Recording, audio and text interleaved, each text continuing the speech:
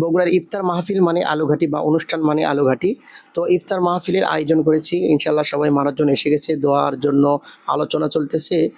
Hello everyone, আসসালামু আলাইকুম রহমতুল্লাহি ওয়া বারাকাতুহু। তো আমরা ইফতার মাহফিলটা কিভাবে দিলাম সেটা আমরা শেয়ার করব। প্রথমে সকালবেলা আমরা পুকুরে গেলাম এবং জাল প্রস্তুতকরণ চলতেছে যে মাছ কিভাবে মারবো।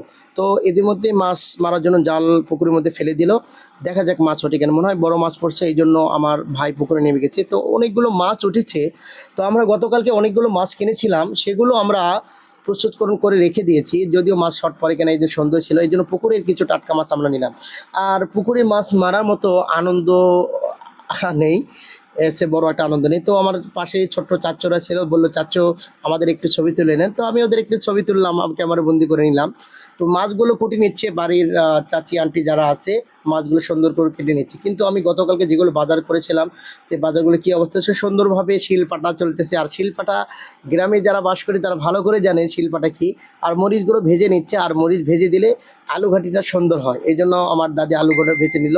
আর দেখলাম যে আলুর কি অবস্থা, আলুগুলো সিদ্ধ হয়ে গেছে। আর চাচারা ভাইয়েরা সবাই বসে আলু ছিলতেছে আর গল্প করতেছে।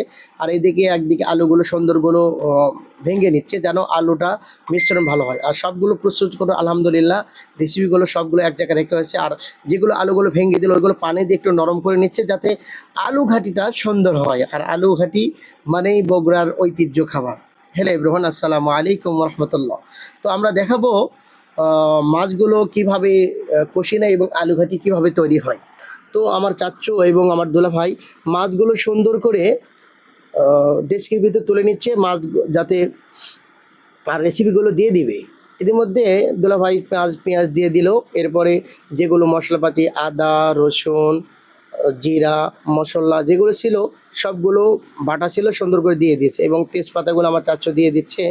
এরপরে মশলাগুলো যেগুলো ছিল সেগুলো দিয়ে দিচ্ছে। এরপরে ধনিয়া গুঁড়া জিরার গুঁড়া এগুলো দিয়ে দিচ্ছে সুন্দরভাবে, কারণ মাছগুলো কষে না নেওয়া পর্যন্ত তো আলু মিশ্রণ করবে না। আর এদিকে পর্যাপ্ত পর্যন্ত লবণ দিয়ে দিচ্ছে। এরপরে চাচু বলতেছে তেল কতটুকু দিব। তো এর মধ্যেও হলদি দেওয়া হয় নাই, মনে ভুলে গিয়েছিল। তো হলদির প্যাকেটগুলো চিনে নিয়েছি। আর দুলাভাই বলতেছে তেল কতটুকু দিব।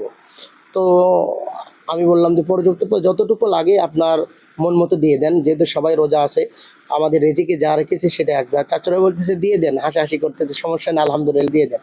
তো সুন্দর করে আগুন লাগানো হয়েছে মাটির চুলাতে, সবগুলো তুলে দেওয়া হচ্ছে এবং পর্যাপ্ত পরিমাণ পানি দেওয়া হচ্ছে। আর মাছগুলো কষে নিচ্ছে।